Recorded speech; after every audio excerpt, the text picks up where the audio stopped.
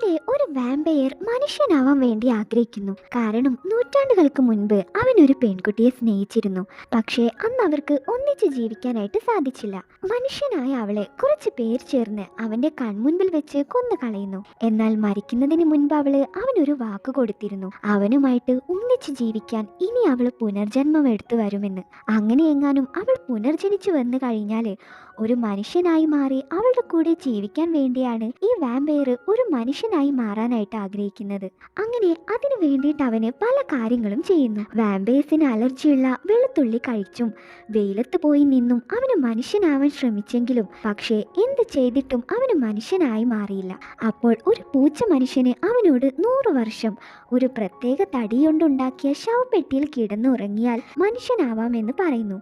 അങ്ങനെ വാമ്പയർ അതുപോലെ ഒരു ശവപ്പെട്ടിയിൽ കിടന്നുറങ്ങുന്നു. പക്ഷേ 100 വർഷം തികയാൻ ഒരു ദിവസം ബാക്കി നിൽക്കെ ഒരു പെൺകുട്ടി അങ്ങോട്ട് വരികയും ആ ശവപ്പെട്ടി തുറന്ന് വാമ്പയർ പുറത്തേക്ക് വരികയും ചെയ്യുന്നു.